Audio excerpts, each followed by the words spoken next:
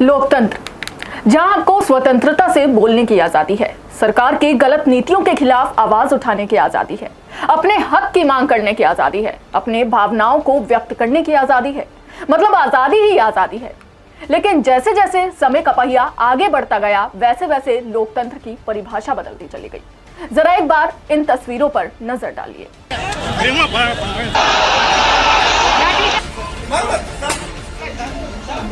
नमस्कार, मैं हूं आपके साथ कांची बंसल। आप देख रहे हैं जनहित टाइम्स। तो देखिए आपने ये तस्वीरें, ये बदलते और जलते भारत की तस्वीरें हैं। समय के साथ बहुत कुछ बदल गया, फिर वो टेक्नोलॉजी हो या फिर लोगों की मानसिकता।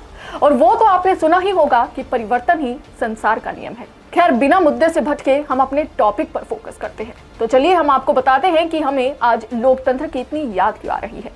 पूरी दुनिया में शायद कहीं ऐसी पुलिस नहीं होगी जैसी भारत में है।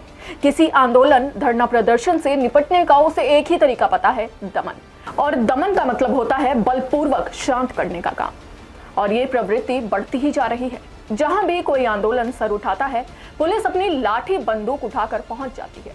बिहार में शिक्षक भर्ती अभ्यर्थियों पर उसका शौर्य प्रदर्शन इसका ताजा उदाहरण है।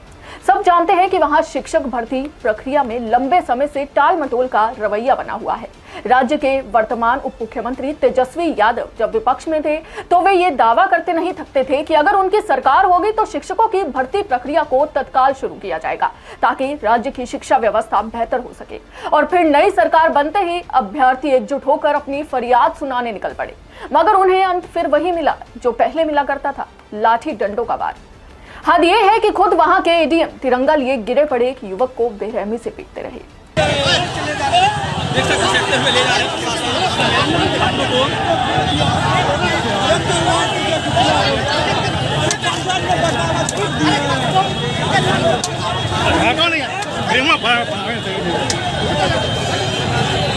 जरा प्रदेश के नए उप मुख्यमंत्री माननीय तेजस्वी यादव उर्फ लालू यादव के सुपुत्र कितनी आसानी से अपना पल्ला झाड़ते हुए नजर आ रहे हैं। जरा सुनिए इनको। हम यही सारे विद्यार्थियों से अपील करेंगे कि आप लोग थोड़ा धैर्य रखिए। उसी दिशा में हम लोग काम कर रहे हैं। और हमारी तो लड़ाई रही है रोजगार को लेकर के, नौकरी को लेकर के। और नई महागठबंधन की जो सरकार बनी है, जिसका नेतृत्व नीतीश कुमार जी कर रहे हैं, 15 अगस्त को यह ऐलान ही हो गया कि 10 लाख तो नौकरी और उसके अलावा भी रोजगार की व्यवस्था कराएंगे, उसको 20 लाख तक पहुंचाएंगे। तो ये तो स्पष्ट है कि लोगों को जो डाउट में था कि मिलेगा कि नहीं मिलेगा, अब तो एक चीज स्पष्ट है कि लोगों को नौकरियां और रोजगार दोनों जो है वो मिलेंगे। हमारी यही अभ्यर्थियों से प्रार्थना है कि ये आपकी सरकार है, जनता की सरकार है, गरीब की सरकार है, और इस दिशा में हम लोग काम करेंगे। जब इस घटना की तस्वीरें तेजी से सोशल मीडिया पर वायरल होनी शुरू हुई तो पहले सरकार ने घटना से अनजान होने का नाटक किया, फिर इसकी जांच के लिए एक समिति गठित कर दी। सरकारों का यह तरीका बहुत ही घिसा पिटा हो चुका है। सरकार अगर कानून व्यवस्था को लेकर लोकतांत्रिक तौर तरीका अपनाना चाहती तो पुलिस इस तरह से बर्बरता का खुला प्रदर्शन नहीं करती। किससे छुपा है कि पुलिस सरकारों की मंशा के अनुरूप काम करती है। अगर सरकार आंदोलनकारी छात्रों, अभ्यर्थियों की समस्या सुनने और उसका समाधान निकालने के इच्छुक होती तो उनसे बातचीत के लिए अपना कोई प्रतिनिधि भेजती या खुद मंत्री साहब जाते। मगर अब तो सरकारों ने ऐसा मान लिया है कि लोगों की आवाज दबाने का एक ही तरीका है, वो है दमन। जैसे ही कोई आंदोलन उठे, उसे लाठी डंडों के बल पर रोक दो। आपको बता दें कि ज्यादा दिन नहीं हुए जब उत्तर प्रदेश के प्रयागराज में इसी तरह टेट परीक्षा में गड़बड़ी को लेकर छात्र आंदोलन पर उतरे थे और पुलिस ने बेलगाम अपनी ताकत का प्रदर्शन किया था। उसकी घोर निंदा भी हुई थी, लेकिन बिहार पुलिस ने उससे सबक लेना जरूरी नहीं समझा। ठीक वैसे ही बल प्रयोग पटना में किया गया। दरअसल हमारी पुलिस के प्रशिक्षण में ही समस्या है। उसे आंदोलनकारियों, प्रदर्शनकारियों, उपद्रवी भीड़ आदि से निपटने का सही प्रशिक्षण नहीं दिया जाता। किसी भी लोकतंत्र में नागरिकों को अपने हक के लिए आवाज उठाने का अधिकार है और उसे सुनना सरकारों का दायित्व। पुलिस को कोई अधिकार नहीं है कि इस तरह आंदोलनकारियों पर बल प्रयोग करे और उनके साथ हिंसक व्यवहार करे।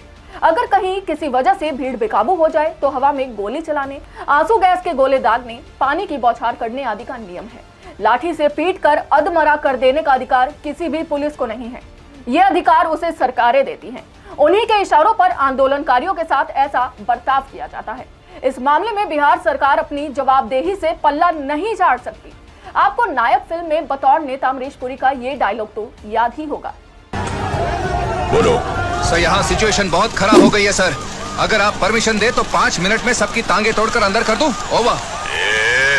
ज्यादा उछलो मत। उनमें से एक ड्राइवर मेरी पार्टी का है और दूसरा उन जात वालों का है जिन्होंने मुझे इलेक्शन में जिताया है, और वो स्टूडेंट्स हैं जो इलेक्शन में हमारा काम करते हैं। अगर इनमें से किसी को भी हाथ लगाया तो हमारा सपोर्ट चला जाएगा।